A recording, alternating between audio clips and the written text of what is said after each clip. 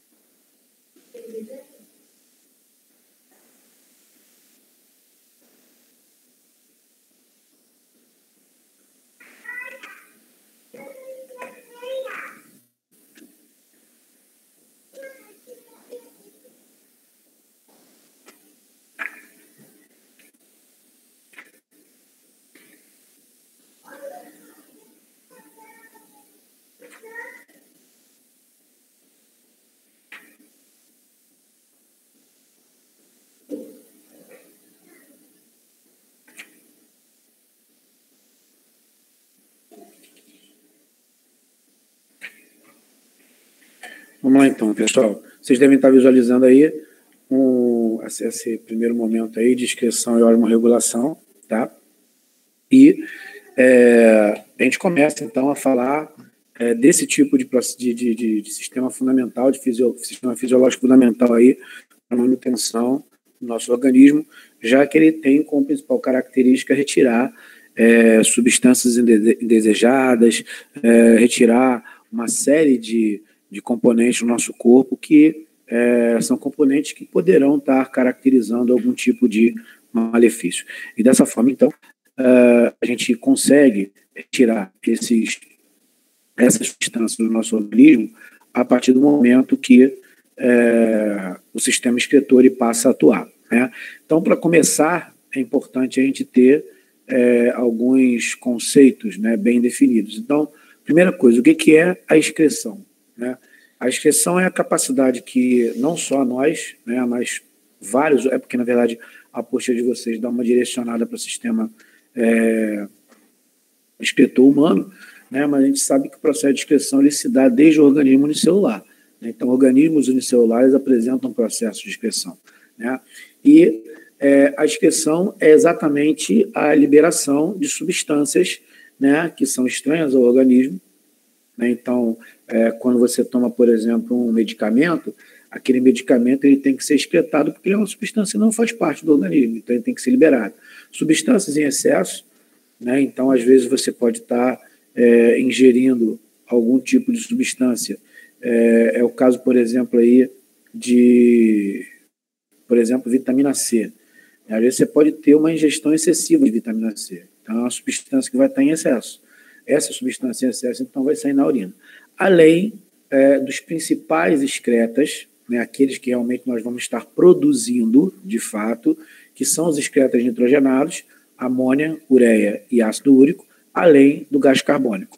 O gás carbônico é uma particularidade curiosa, porque o gás carbônico é o excreto que nós liberamos em maior concentração. O CO2 é um excreto, né, e a gente libera ele em maior concentração. E, na verdade, não é pelo sistema excretor, acaba sendo pelo sistema respiratório, como a gente viu anteriormente, né? Mas é uma curiosidade interessante aí, né? A galera que gosta de fazer questão pegadinha é um prato cheio, né? Então, é importante saber que ele é o principal excreta, mas não é excretado pelo sistema excretor. No sistema excretor, nós temos 3 básicos que são nitrogenados, são importantes para caramba, que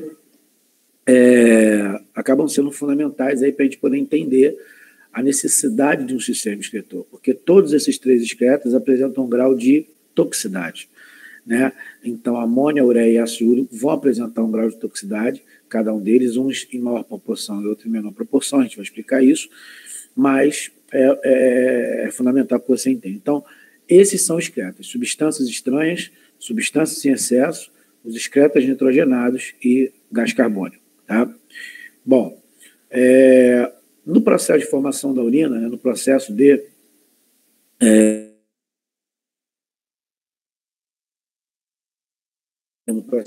que vai determinar, né, todo esse contexto aí de excreta, nós vamos ter filtração e transportes ativos. Então, basicamente, né, você vai ter a filtração e os transportes ativos, caracterizando aí a ação nessa região, que é uma região extremamente importante. A gente vai ver lá mais à frente, né? Então, a gente vai ter aqui o glomérulo, que é o glomérulo de Malpighi, correto?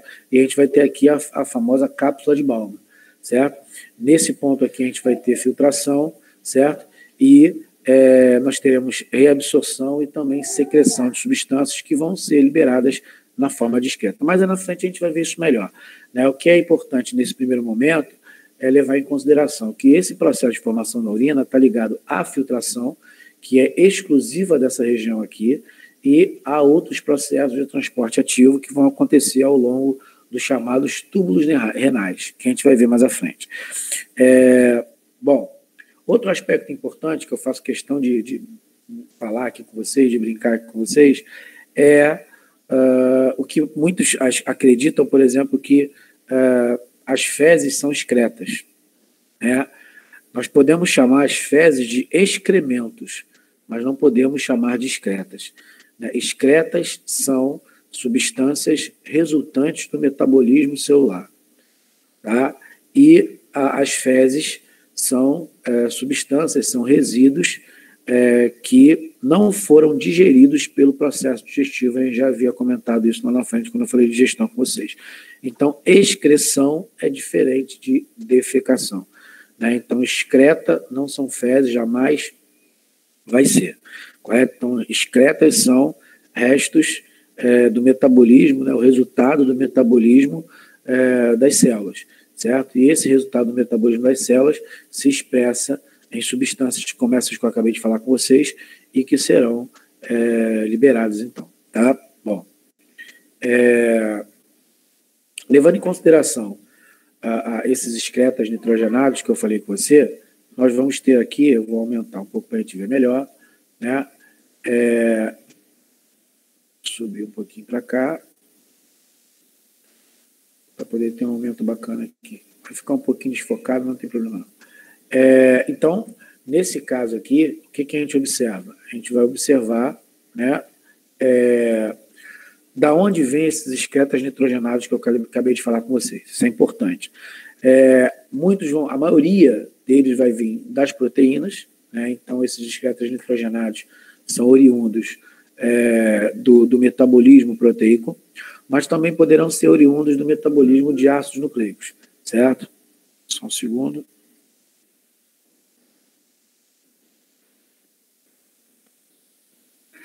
Mas poderão também ser oriundos do metabolismo proteico, correto? Então, o que a gente tem que visualizar aí? Proteínas são degradadas no nosso organismo, tá? Vão gerar aminoácidos.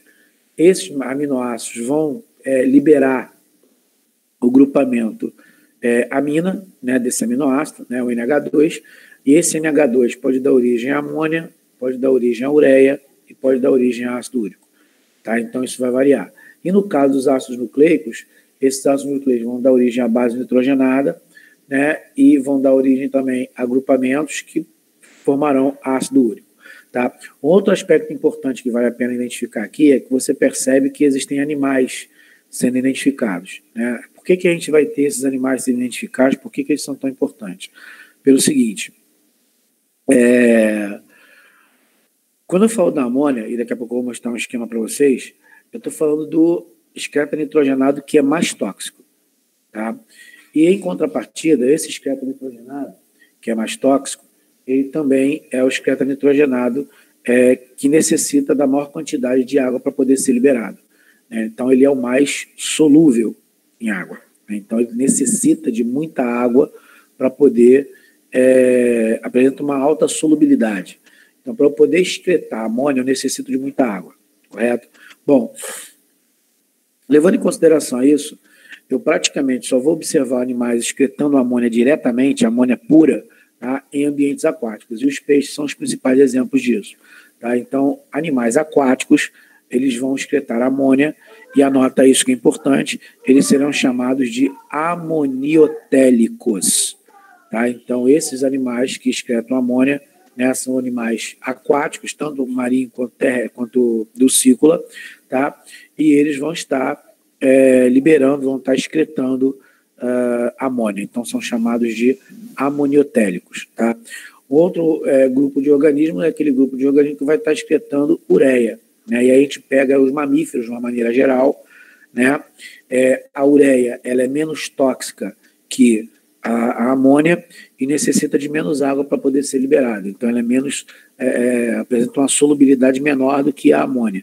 Então, dessa forma, a ureia pode ser excretada por animais terrestres. Nesse caso, os mamíferos são os organismos que excretam ureia em maior quantidade. Tá?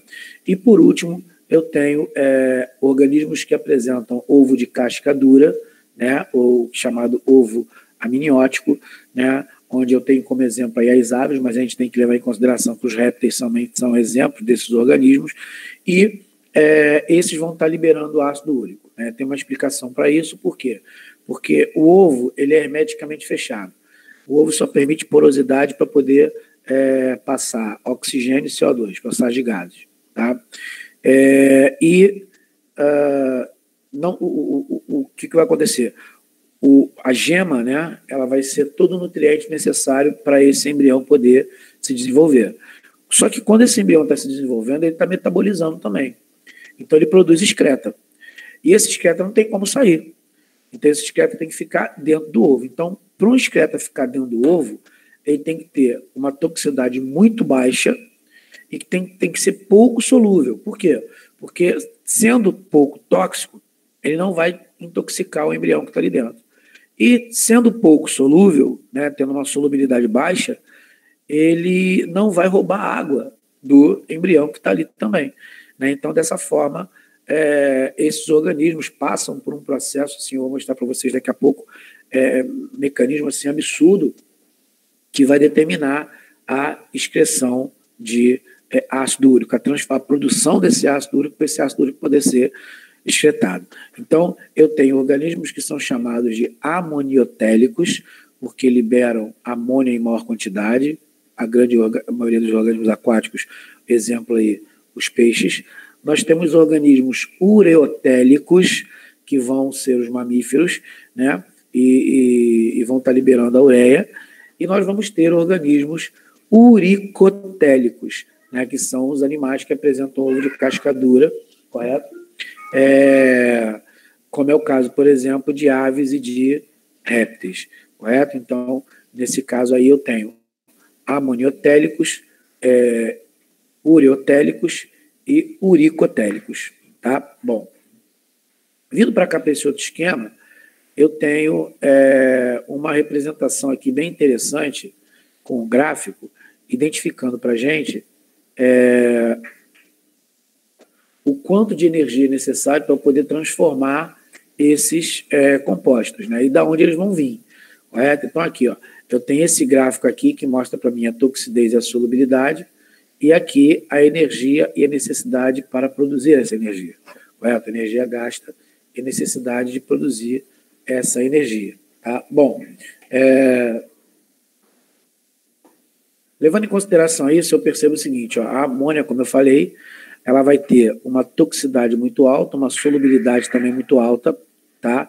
Sendo que ela necessita de pouca energia. Por quê? Porque assim que você tem aminoácidos, por exemplo, sendo quebrados, esses aminoácidos vão sofrer uma desaminação, vai retirar o NH2, tá? E vai dar origem à amônia, através dessa desaminação. E aí o animal que excreta amônia vai excretar amônia sem gastar nenhum tipo de energia. Como para poder excretar amônia necessita de muita água, os organismos aquáticos se dão muito bem para isso. Então, eles produzem automaticamente, excretam em grandes quantidades de água, né, para poder evitar que aconteça a toxicidade. Essa outra seta que mostra aqui é o seguinte, a partir do momento que retira a amina, alguns aminoácidos ficam exatamente igual a um ácido pirúvico.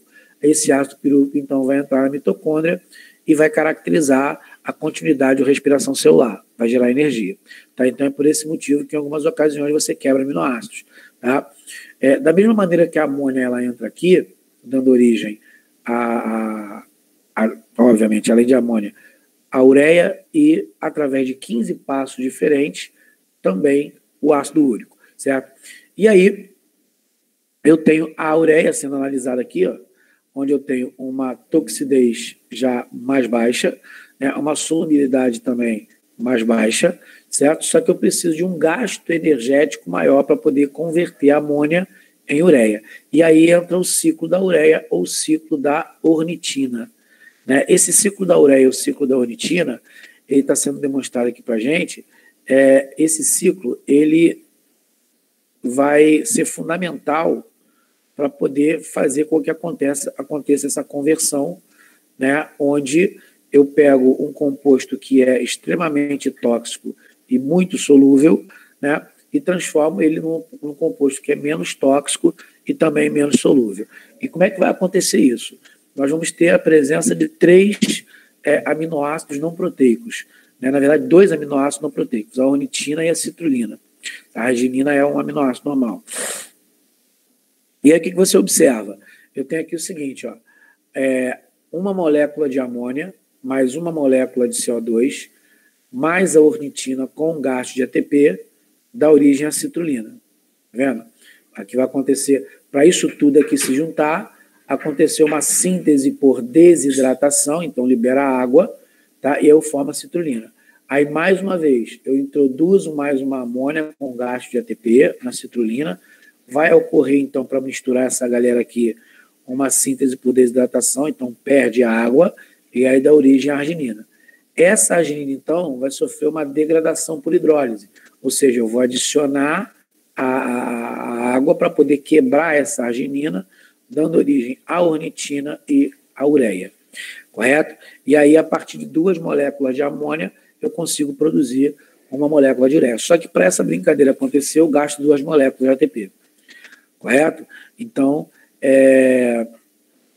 esse é o chamado ciclo da ornitina, recebe esse nome porque a ornitina é a molécula regeneradora do ciclo, né? Você percebe que ela novamente é formada aqui para poder entrar e caracterizar, certo? E também pode ser chamado de ciclo da ureia, porque é nesse ciclo que acontece a produção da ureia. Outro aspecto importante é entender que esse processo está acontecendo aonde? Está acontecendo no fígado. Tá? Então, todo esse processo aqui de conversão de amônia em ureia acontece no fígado. Essa ureia, então, vai para o sangue para você poder excretar. Marcelo, eu tenho que gravar isso aqui tudo? Não, eu quero que você, pelo menos, copie essa formulazinha simples que você está vendo aqui. Ó. 2 moléculas de ureia mais uma molécula de CO2, a energia de 2 ATPs, dando origem a ureia e água. Aí você fala assim, Marcelo, mas tem 2 moléculas de água que vão estar sendo retiradas e tal. É essa aqui, ó. Uma que parou aqui, né? Você tirou uma e adicionou uma, e essa aqui sobrou, que é uma dessas 2 que está sendo liberada. Então, a cada 2 moléculas de amônia mais 1 molécula de CO2, eu vou ter, então, 2 ATPs sendo gastos, tá? Dando origem a uma molécula de ureia e água, uma molécula de água. Isso aqui é importante vocês saberem, que é esse ciclo aqui, onde eu tenho essa conversão. É o que gasta. Por isso que você tem o gráfico aqui, ó, a ureia bem mais afastada do início, porque eu tenho gasto de energia acontecendo aqui.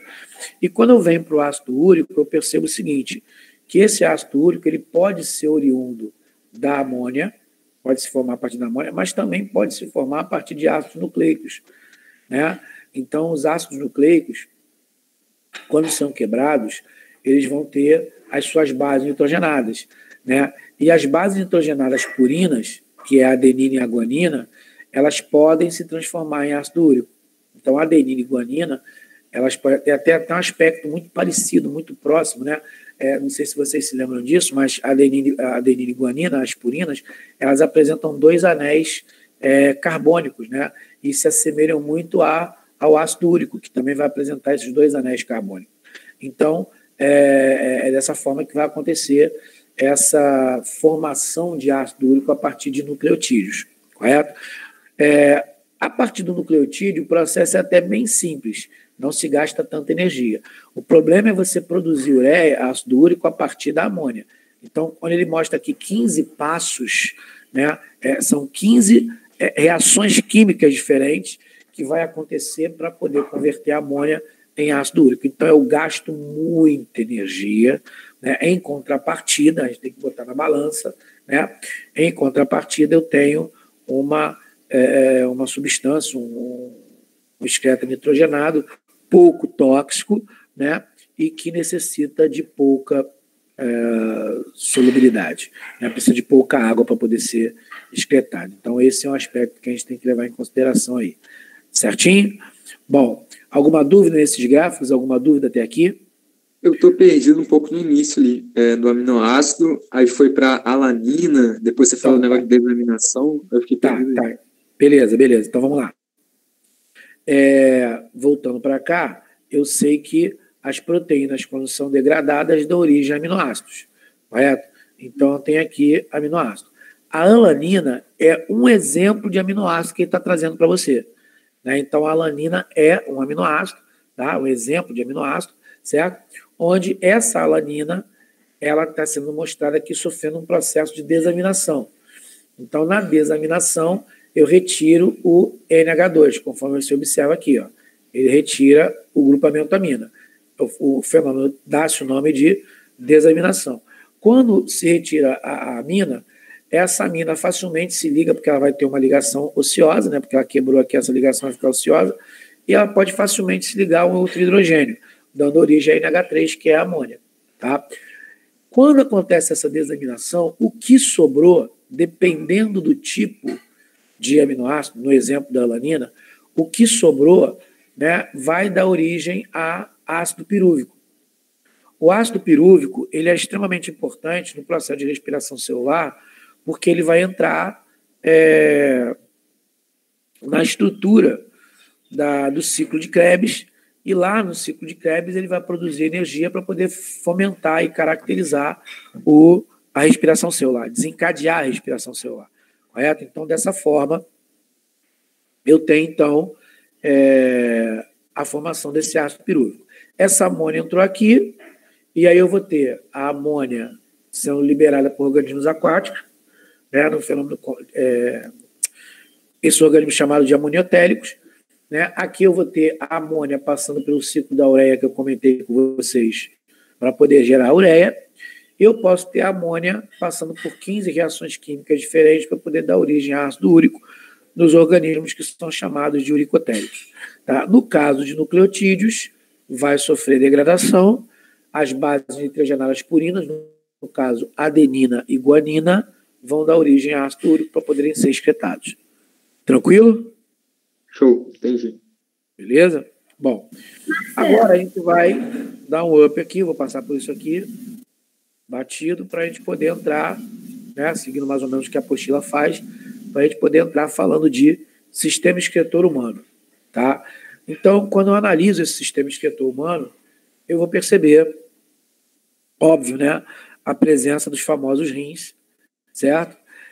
Que são os órgãos relacionados à excreção e que em seu interior vão ter, quando a gente corta, conforme você está vendo aqui, ó, no interior você vai perceber as chamadas pirâmides renais, né? Então aqui são as pirâmides renais, que nesse desenho aqui está um pouquinho melhor, e daqui a pouco em outros desenhos eu vou mostrar isso melhor para vocês. Essas pirâmides renais, né, que tomam conta de todo o interior do rim, essas pirâmides vão apresentar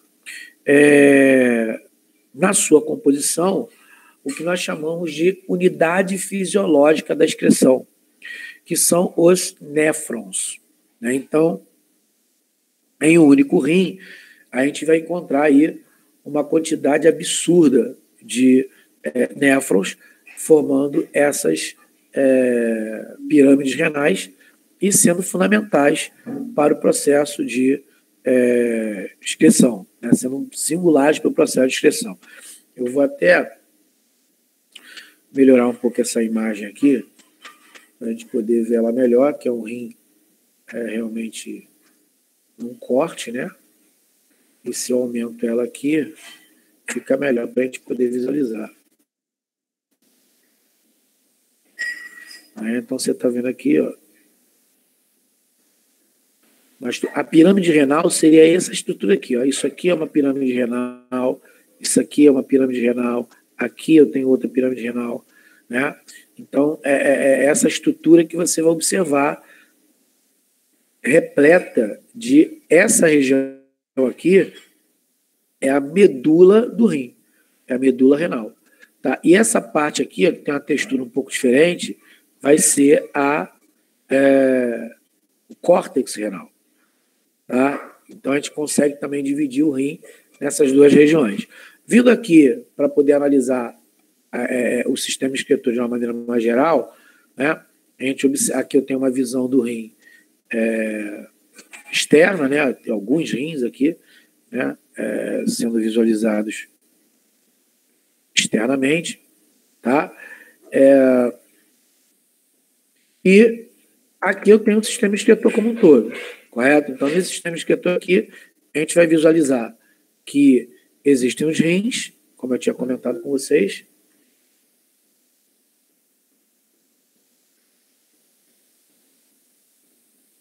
Existem os rins, como eu havia comentado com vocês. Eita ferro.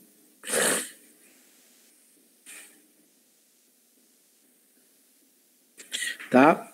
E desses rins, né, você vai ter uma região aqui que é chamada de bacinete, tá? Desse bacinete, que é uma região coletora, né, a urina vai estar sendo jogada aqui, na verdade ela vai ser produzida nessa região aqui, que é a medula, e ela vai ser liberada aqui.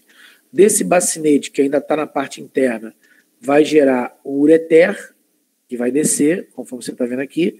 Esse ureter vai desembocar na bexiga, que é uma bolsa musculosa, né, onde você tem o armazenamento e retenção da urina, para depois essa urina, então, ser liberada pela uretra para o meio externo, né? Esse esquema aqui é um esquema de um sistema circulatório, ou melhor, sistema excretor masculino, mas daqui a pouco eu vou mostrar para vocês o masculino e o feminino simultaneamente, tá? Bom, basicamente é isso.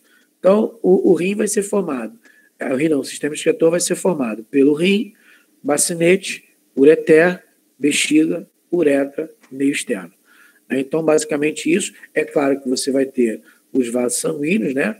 Você vai ter a veia renal, você vai ter a artéria renal, tá? Além disso, não faz parte do processo de excreção, mas sobre o rim a gente vai encontrar as glândulas adrenais, né? A gente vai encontrar a chamada suprarrenal, né? Adrenal ou suprarrenal, uma está aqui, a outra está aqui em corte. E basicamente é isso. Então, a anatomia do sistema é essa. Né? Quando eu falo de uma anatomia interna do rim, né, foi essa que eu acabei de falar. Então, você vai ter um córtex, que é a periferia, né, um córtex renal. Né? A gente vai ter uma medula renal, tá? Onde você vê as pirâmides renais aqui, que é onde você vai encontrar os néfrons. Aqui seria mais ou menos a estrutura de bacinete, né? E não mostra aqui, mas a ureter está aqui. Ó. Bacinete, ureter, então desce, tá? Para poder levar a urina para a bexiga. Tá? Bom, como eu falei, a gente vai ter aí diferenças entre o aparelho reprodutor masculino e feminino e acabam trazendo diferenças para cá também, para o excretor. Correto? Então, o que acontece? Nos homens, como eu falei anteriormente, o aparelho reprodutor e o aparelho excretor apresentam a uretra, né, e o pênis, né, comum. Então, para homens, o pênis e a uretra, né, vai servir para poder urinar e para poder ejacular. Correto? Na mulher, não. Na mulher, o sistema urinário ele é independente do sistema reprodutor. Correto? Então, por mais que você tenha um meato urinário desembocando na vulva, né, na parte externa do aparato feminino, entre os grandes e pequenos lábios,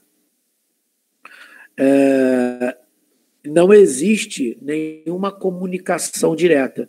Na verdade, o meato é orifício de liberação, da mesma maneira que o orifício meato vaginal é orifício, por exemplo, de penetração do pênis e de liberação da menstruação. Correto? Então, são dois mecanismos, dois sistemas distintos, ao contrário do que acontece em homens, onde esses sistemas serão comuns. Né? Então, no homem e na mulher, você vai ter essa diferença. Então, no homem, você tem comum a uretra e o pênis, né, em relação ao sistema reprodutor, e na mulher, eles são totalmente separados. Então, vale a pena você prestar atenção para isso. Tá? Bom, aqui eu já tenho uma anatomia, indo para o contexto mais microscópico, né? E aí eu consigo observar aqui a presença da estrutura do rim novamente, né, com o córtex, renal, a estrutura das pirâmides renais, no desenho dá para ver um pouquinho melhor, né? Aí ele pega uma pirâmide renal dessa e aumenta para você, então você passa a identificar o quê? Ó? A estrutura da medula, onde eu vou ter a grande maioria do processo de filtração e de excreção acontecendo. A fisiologia do processo está acontecendo principalmente aqui. Aqui simplesmente é um canal, é um ducto coletor, tá? E apenas uma parte do néfron, que é a alça de Henle, que vai se estender para essa região, que é a região da medula. Tá? Então, a grande maioria do processo vai acontecer no córtex. Aumentando um pouco mais, eu tenho esse néfron numa visão maior, daqui a pouco eu vou mostrar ele melhor para você, tá? Então, eu tenho esse néfron, né, numa visão maior, onde essa parte azulada aqui representa para a gente o córtex da medula. E essa parte branca aqui representa o córtex renal. E essa parte mais clara aqui representa a medula. Então, mais ou menos onde que ficam posicionados as estruturas desse néfron, que daqui a pouco eu vou falar melhor para você. Esse néfron vai apresentar, então, essa região que você está vendo aqui, que é o famoso glomérulo de Malpighi, que é esse emaranhado de vasos sanguíneos que penetra nessa cápsula, que nós chamamos de cápsula de Bowman. Tá? Então, você vai ver aí, nessa região que acontece o único processo de filtração no processo. É aqui que vai acontecer a filtração. E daqui para cá você tem o que nós chamamos de túbulos renais, que vão se estender por aqui, nesse emaranhado, daqui a pouco a gente vai ver melhor. Tá? Uma outra figura, bem bacana também, mostra aqui para a gente um outro aspecto de como acontece essa disposição dos néfrons. Né? Ele mostra aqui agora os néfrons fechados, né? Esse néfron aqui está aberto, a estrutura do glomérulo está aberto. Aqui ele te mostra a estrutura do glomérulo fechado, o córtex, mais uma vez, apresentando a maioria das estruturas do néfron, e a medula mostrando apenas a região da alça de Henle. Tá? Medula, córtex. Aqui eu tenho mais uma figura, né? É importante a gente ter várias figuras para vocês poderem visualizar aspectos distintos, certo? Então a gente tem aqui várias figuras e mostrando também a mesma coisa. Então a parte do córtex acontecendo aqui em cima, né, a parte da medula aqui embaixo, né, o ducto coletor, ele mostra o ducto coletor até liberando ó, uma gotícula de urina, aqui, isso aqui já é urina, né, vai ter nomenclaturas diferentes aqui, mas aqui quando chega já é urina, e identificando. Agora eu estou dando um aumento significativo na estrutura do néfron, tá? E aí a gente vai começar a falar um pouco, além da anatomia do néfron, falar também da fisiologia desse néfron, correto? Então, eu vou mostrar daqui a pouco alguns detalhes para a gente poder falar isso melhor. Vamos lá. Como você pode observar aqui, eu tenho vasos sanguíneos, né? Na verdade, capilares sanguíneos, bem fininhos, e os capilares sanguíneos, as arteríolas, elas vão nós vamos observar dois tipos de arteríola. Então, nós vamos ver uma arteríola que está entrando aqui, ó, no glomérulo, na cápsula de Bowman, para poder formar o glomérulo. Essa arteríola que está entrando, a gente chama ela de arteríola aferente. É a arteríola que entra. Tá? E nós vamos ter uma arteríola eferente, que é a arteríola que sai. Então, essa arteríola vai entrar, vai caracterizar essa ramificação que você está vendo aqui dentro, correto? E depois ela vai sair. Por que acontece essa ramificação de capilares aqui dentro? Porque essa ramificação vai levar a uma diminuição do calibre e vai fazer com que aconteça a expulsão do plasma sanguíneo do vaso sanguíneo para o interior da cápsula de Bowman, que é essa cápsula que você está vendo aqui. Uma vez que aconteceu isso, eu deixo de chamar de plasma sanguíneo e passo a chamar de filtrado, tá?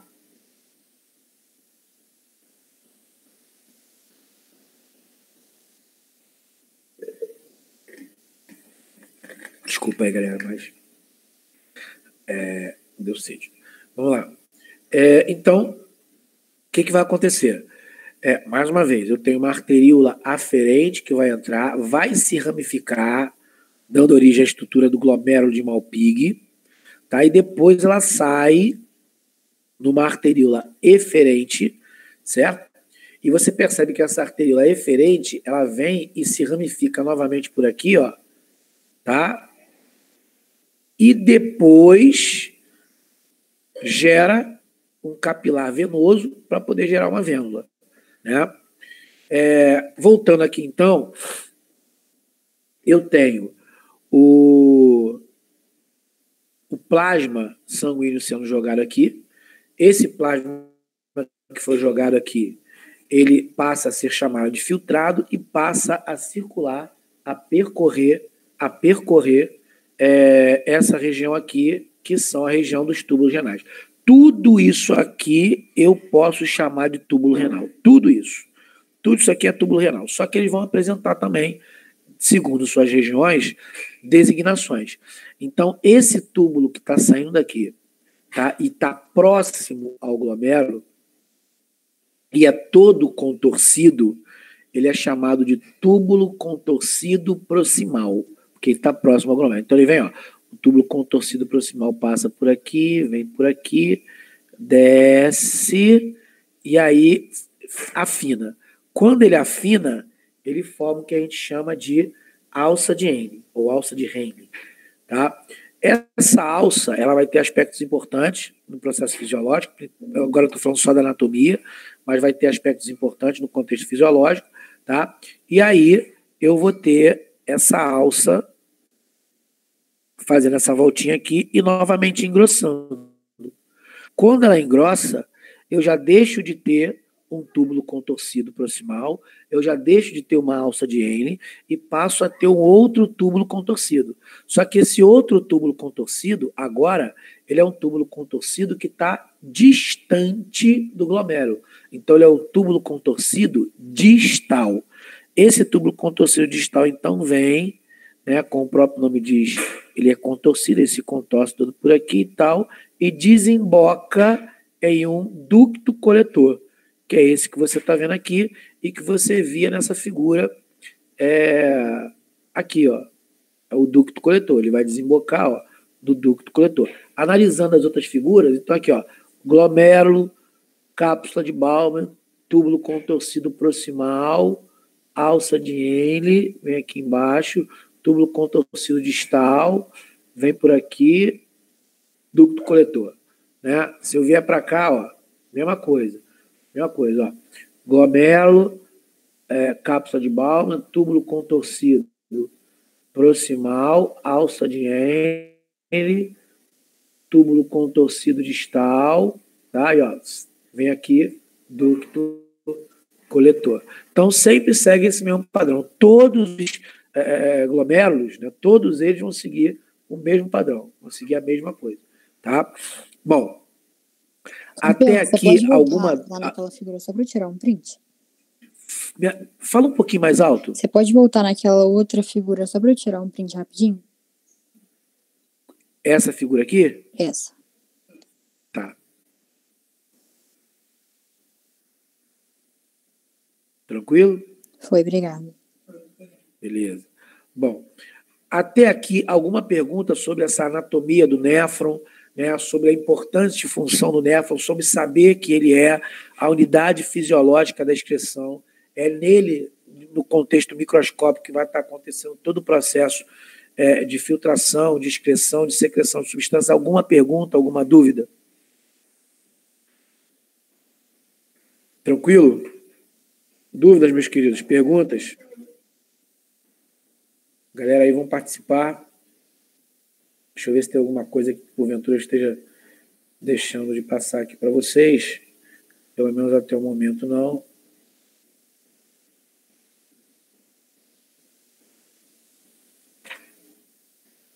Até aqui tudo tranquilo. Muito bom.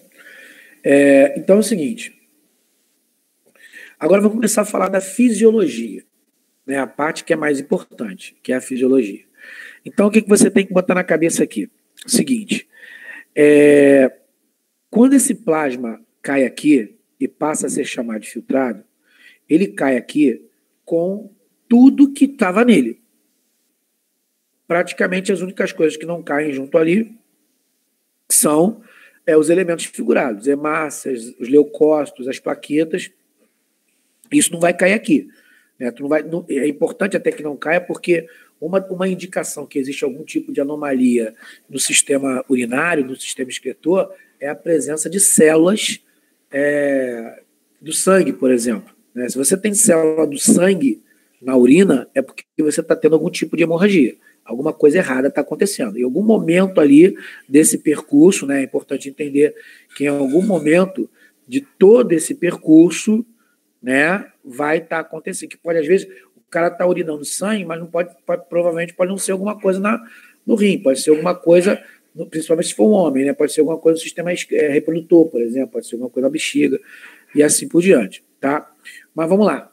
Então, levando em consideração isso, o que a gente observa? Aqui, nessa região, eu tenho apenas filtração. Então, o plasma sai daqui e vem para cá, levando todas as substâncias que estão com ele. Tanto substâncias necessárias, quanto substâncias que deverão ser excretadas. Correto? As substâncias que são necessárias, ao longo dos túbulos renais, elas serão o quê? Serão reabsorvidas. Então, elas vão voltar para o sangue. Por isso que se explica a arteríola eferente vir para aqui, ó, e se ramificar pelos túbulos renais. Porque essa ramificação que ela faz aqui nos túbulos renais, como você observa aqui também, ó, serve para quê? Serve para poder permitir que aconteça a reabsorção de substâncias que são necessárias ao organismo e que não poderão ser liberadas. Correto? Ao mesmo tempo que eu tenho reabsorção, eu posso ter secreção também. Então, só um segundo, pessoal, que eu deixei o telefone afastado aqui, só um segundo. Então vai ficar tocando.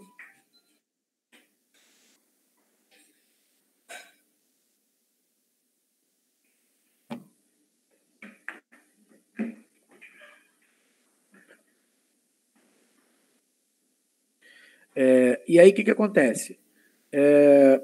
da mesma maneira que eu tenho substâncias sendo reabsorvidas, e é importante entender que as substâncias reabsorvidas são muito, em maior quantidade, né, do que as que sofrem secreção. As que sofrem secreção, o que acontece com elas? Elas saem do sangue e são jogadas aqui para poder ir embora. Né? Porque tem substância que, às vezes, não é suficiente, o plasma não leva todas elas. E aí eu fico com algumas substâncias que ainda estão no sangue que devem vir para cá para poder ser excretada. Correto? Bom, vindo para cá, voltando para cá, o que acontece aqui no túbulo contorcido distal? Logo aqui no túbulo contorcido distal começa a ocorrer uma reabsorção significativa de sais minerais. Então, eu tenho reabsorção de sódio, reabsorção de cloro, né? Reabsorção de água em altíssima quantidade, tá? Muita quantidade, reabsorção de água. Né? Você vai ter reabsorção de sais, como eu falei de uma maneira geral, reabsorção de glicose, tá? Então você tem reabsorção de glicose, tudo isso por processos ativos.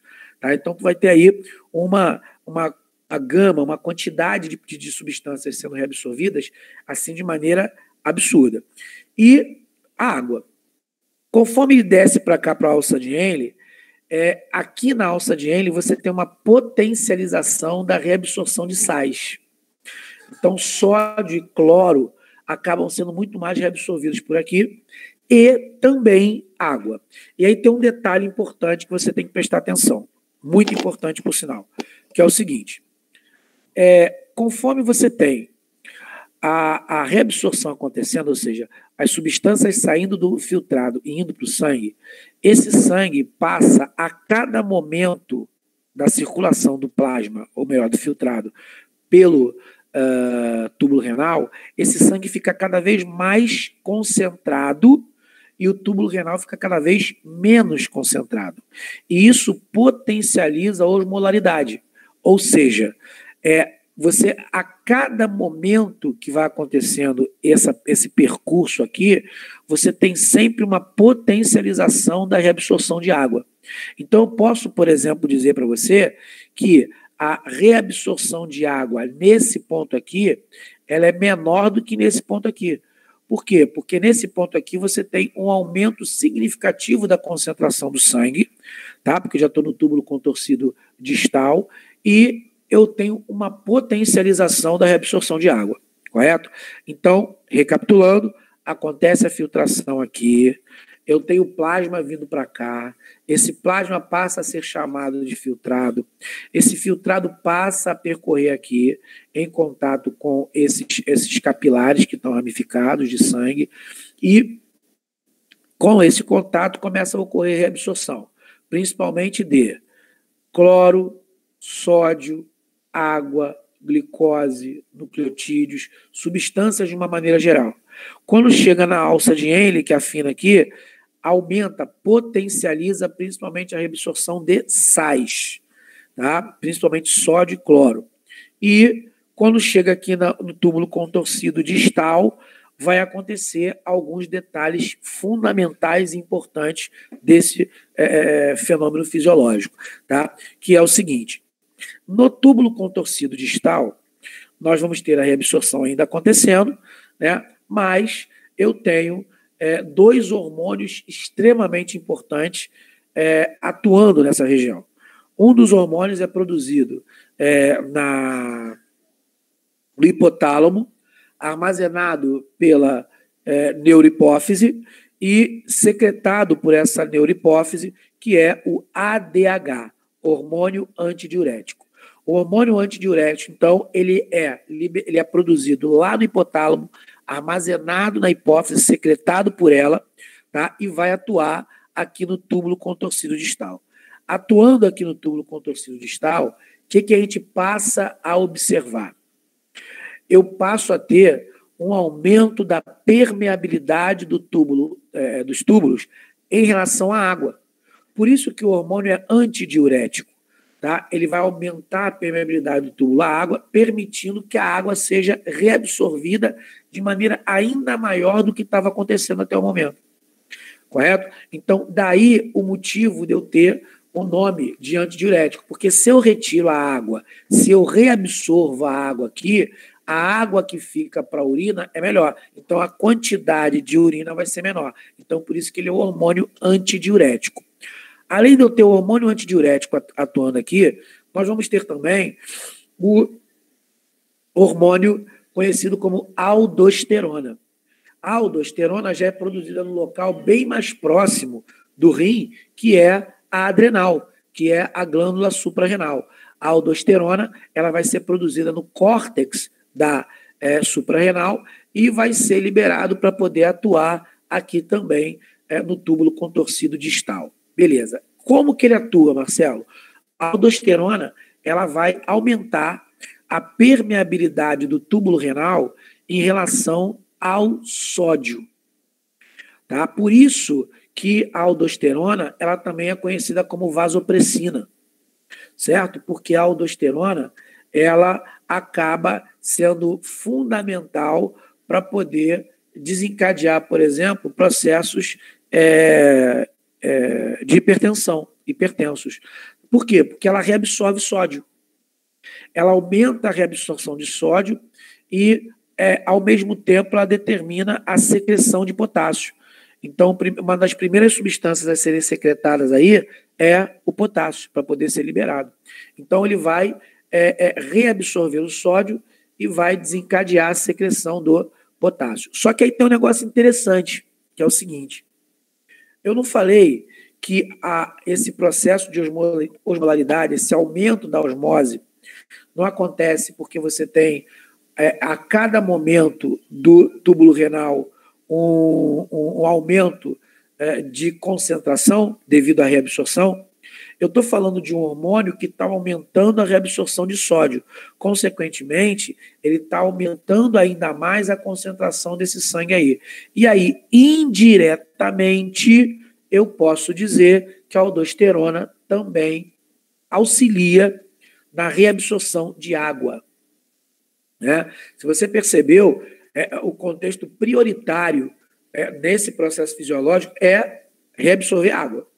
Você percebe que perder água ninguém quer. Né? Então, o processo aí é reabsorver. Então, você tem reabsorção. Só para você ter ideia, você tem reabsorção de água ainda aqui nos túbulos, no túbulo contorcido. Tá? Eu não sei se eu tenho algum desenho aqui, mas o túbulo, aqui, o túbulo contorcido, tá vendo? Esse desenho mostra. Ele também tem ramificação. Então, no túbulo contorcido, você também tem reabsorção. É um pouco de pouca, né? Mas também tem reabsorção de água ainda aqui, correto? Então, uma vez tudo isso acontecendo, o que chega aqui no túbulo renal já não é, no túbulo coletor, já não é muito o plasma, já é praticamente a urina, né? Que vai seguir por aqui para poder, conforme você vê nesse esquema, cair nessa região aqui, ó, cair nessa região aqui, correto? Que é o bacinete, aqui ainda dentro do rim, para então cair no ureter, do ureter da bexiga e para a bexiga, para a uretra, para a gente poder liberar. Tá? Pergunta que não quer calar. Alguma dúvida? Por que esses vasos sanguíneos estão em volta ali dos túbulos? Então, exatamente porque ele tem que estar próximo. Na verdade, esse esquema que a gente está mostrando aqui é um esquema de um desenho, mas o vaso sanguíneo está literalmente colado nos túbulos renais. Né? Se lembra que eu mostrei para vocês, lá na hematose, o esquema do alvéolo pulmonar, onde você tinha lá o tecido do alvéolo pulmonar coladinho ao tecido do vaso sanguíneo? Exatamente a mesma coisa acontece aí. Tanto é que o tecido epitelial que eu vou observar nos túbulos renais é um tecido epitelial de revestimento simples cúbico, tá? Porque, na verdade, ele é formado por uma única camada e sempre que um tecido epitelial for formado por uma única camada, ele já indica para você que é um tecido que está permitindo troca, está permitindo passagem de substâncias. Como o epitélio também é formado por um tecido epitelial de revestimento, só que ele não é mais cúbico, ele é pavimentoso. Né? Então, é o tecido epitelial de revestimento pavimentoso. Essa troca acontece. Você vai ter as células coladinhas, lado a lado. Então, a substância vai atravessar. Por isso é que você tem essa quantidade significativa de irrigação nessa região. Então, o sódio, a água, tudo que você falou que estava vindo é desses vasos sanguíneos aí? Não, na verdade, tudo isso que eu estava falando estava vindo do túbulo. Olha só, reabsorção. Sai do túbulo e vai para o sangue. Se eu falei em reabsorção, eu estou falando, por que reabsorção? Porque a absorção já aconteceu lá no sistema digestório. Quando você digeriu o alimento, que aquele alimento ele é absorvido e cai na corrente sanguínea, a absorção já aconteceu ali. Nesse momento está acontecendo uma reabsorção. Por quê? Porque essas substâncias saem do vaso sanguíneo através do plasma e circulam por aqui. Então, toda vez que eu estiver falando em reabsorção, está saindo do túbulo renal e entrando no vaso sanguíneo. O direcionamento é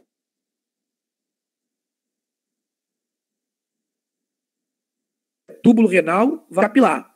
Se é uma secreção, o que está acontecendo? É exatamente o que está saindo do sangue e indo para o túbulo renal. A partir do momento que eu estou secretando para o túbulo renal, eu estou jogando para ser expelido, para ser liberado, para ser excretado. Correto?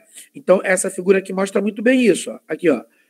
A reabsorção sai do túbulo renal e está indo para o vaso sanguíneo. A secreção sai do vaso sanguíneo e vai para o túbulo renal, para poder ser o quê? Excretado, para eu poder jogar fora. Outra coisa que eu já estava esquecendo é que eu tenho, além do potássio, eu tenho uma outra substância que é secretada também. Ou seja, uma outra substância que está saindo do vaso sanguíneo e indo para o túbulo renal, que são íons H+. Os íons H+, também são secretados, e aí tem uma particularidade interessante aí, que é o seguinte, esse íon H+, a gente sabe que está diretamente ligado ao contexto de pH, ele faz com que o pH da urina seja um pH baixo. E isso serve como proteção, já que eu tenho aí uma via de entrada de micro-organismos, que é a uretra, né? Por isso que em algumas ocasiões, dependendo do tipo de infecção, por exemplo, a pessoa pode ter uma cistite porque a substância, né, o micro-organismo, ele penetrou, né, passou pela uretra, então chegou até a bexiga. Então o cara passa a ter uma infecção lá na bexiga por conta disso. Então, o íon H+, sendo secretado na urina, né, ele auxilia diminuindo o pH, fazendo com que essa acidez na urina fique alta e acidificando toda essa região, inviabilizando, né, pelo menos, um grande grupo de micro-organismos a penetrar por aí e causar algum tipo de malefício. Alguma pergunta, alguma dúvida? Perguntas, dúvidas? Tudo certo. Tranquilo aí? Tudo certo? Eu também tô levando. Tranquilo. Beleza. Mas Alguém está falando alguma coisa aí que eu não estou escutando, está muito baixinho. foi a Lara, eu acho. Mas ela falou que pra ela tá tudo bem. Eu acho. Ah, que está tudo certo. Beleza, Lara? Tranquilo.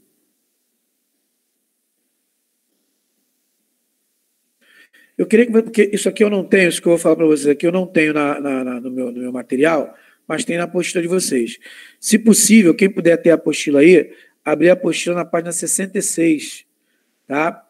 Da frente B, porque ela fala do peptídeo natriurético atrial, que é um hormônio importante, né, que está ligado aí a vários contextos de controle renal, né, que vai nos identificar, vai fazer com que a gente entenda melhor isso. Então, ele chega para você e fala o seguinte, ó, o peptídeo natriurético atrial, ANP, é produzido pelo coração e liberado em resposta a uma expansão do átrio, quando a pressão arterial aumenta em razão do aumento do volume do sangue, e promove a dilatação das arteríolas aferentes, aumentando a taxa de filtração glomerular.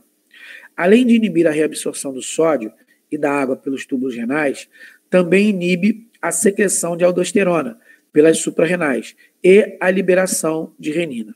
Com isso, há um aumento da eliminação de sódio, natriurese e água.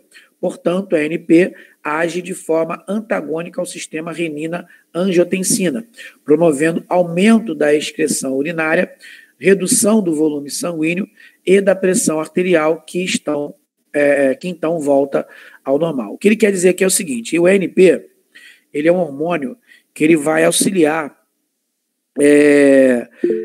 no processo de controle da pressão arterial.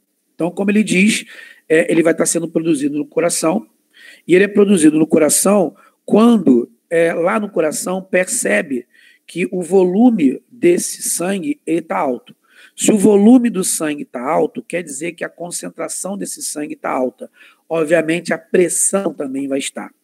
E aí ele é liberado para poder, de certa forma, inibir a aldosterona, fazendo com que essa aldosterona diminua a sua reabsorção de sódio, né? E ao reduzir a reabsorção de sódio, automaticamente eu tenho uma diminuição do volume. Por quê? Porque se lembra que eu falei que o sódio, que a aldosterona, ela permite a reabsorção do sódio e indiretamente permite que aconteça um aumento da reabsorção de água. Então, quando a ANP ele inibe a aldosterona, o que vai acontecer? Vai deixar de reabsorver sódio e automaticamente deixar de reabsorver água. Quando isso acontece, você passa a ter uma diminuição do volume. Se eu tenho uma diminuição do volume por conta que eu diminuí a concentração, obviamente eu vou ter uma diminuição da pressão. Então isso serve para poder controlar, tá? E ele também atua nesse contexto aqui relacionado à renina. Por quê? Porque a renina acaba sendo o hormônio que é produzido no rim para poder produzir aldosterona, para desencadear a produção da aldosterona. Tá? E ele também inibe essa renina. Então, se ele inibe a renina, ele, ao mesmo tempo que ele inibe a aldosterona, ele inibe a adenina. Então, ele inibe a aldosterona que está ativa e inibe a substância, que é a renina, que vai desencadear a produção de mais aldosterona. Então, ele atua aí em duas frentes, correto? E como, só para relembrar, porque eu acho que eu já comentei isso com vocês, só para poder relembrar vocês, no sangue eu tenho uma substância chamada de angiotensinogênio. Tá? Esse angiotensinogênio, ele é fundamental, porque, na verdade, quando você tem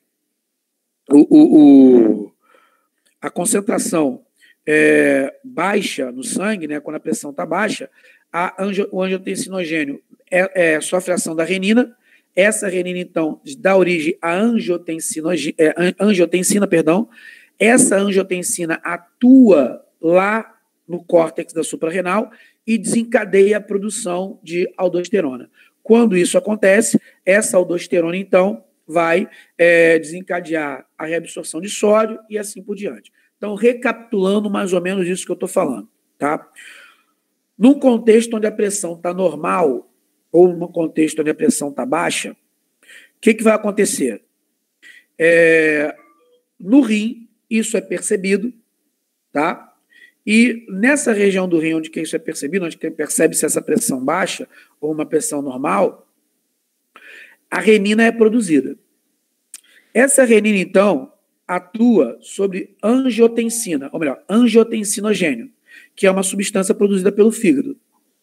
Essa renina, então, converte o angiotensinogênio em angiotensina. Essa angiotensina, então, atua no córtex renal para poder liberar a aldosterona. A aldosterona, então, vai atuar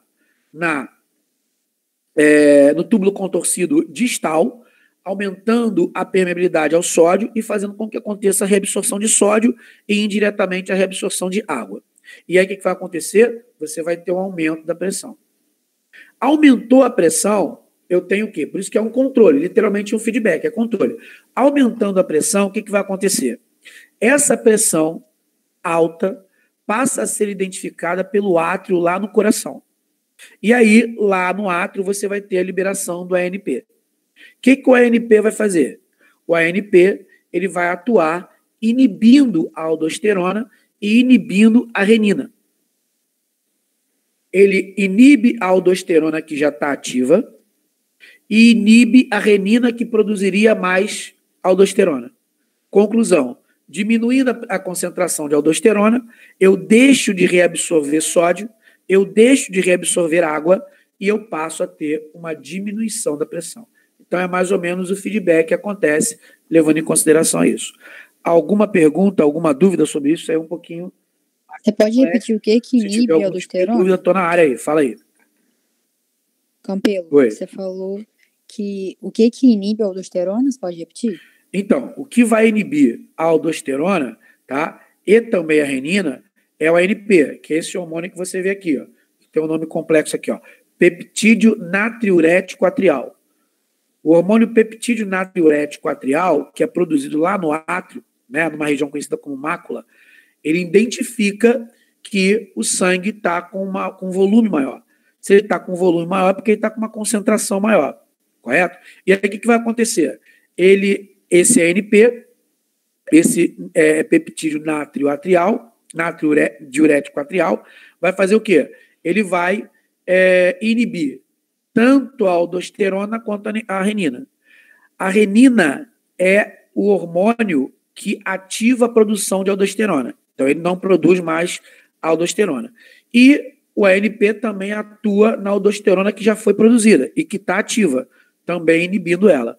Quando isso acontece, deixa de reabsorver sódio, né? Esse sódio vai ser excretado e o volume vai diminuir. Tranquilo? Tranquilo.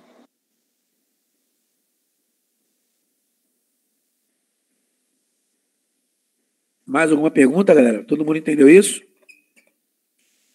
Tá tranquilo? Tranquilo.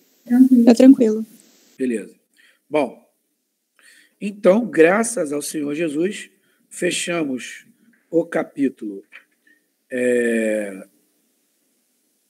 esse capítulo 3, que falava de excreção, e nós vamos entrar falando de sistema reprodutor, né, tanto masculino quanto feminino, que aqui é muita matéria. Nossa, gigante esse capítulo. Enormezão. Nossa Senhora. Metade da apostila é o capítulo. Deus lhe livre. Não tem problema. Vamos entrar com calma, vamos fazer as coisas com calma para poder aprender. Não adianta também a gente correr e não chegar no objetivo. Tá? Então vamos lá. Vamos começar a falar de sistema reprodutor, certo? E aí, seguindo o contexto do livro aí, da apostila, faltam 7 minutinhos, mas dá para a gente poder, por exemplo, introduzir alguma coisa aqui, né, de sistema excretor masculino. Então eu vou fechar isso aqui. Ou melhor, vou fazer isso não. Não adianta a gente fazer nada com pressa, com correria. Eu ainda tenho que lançar para vocês a lista de presença de hoje. Então aguardo um segundinho que eu estou lançando a lista de presença.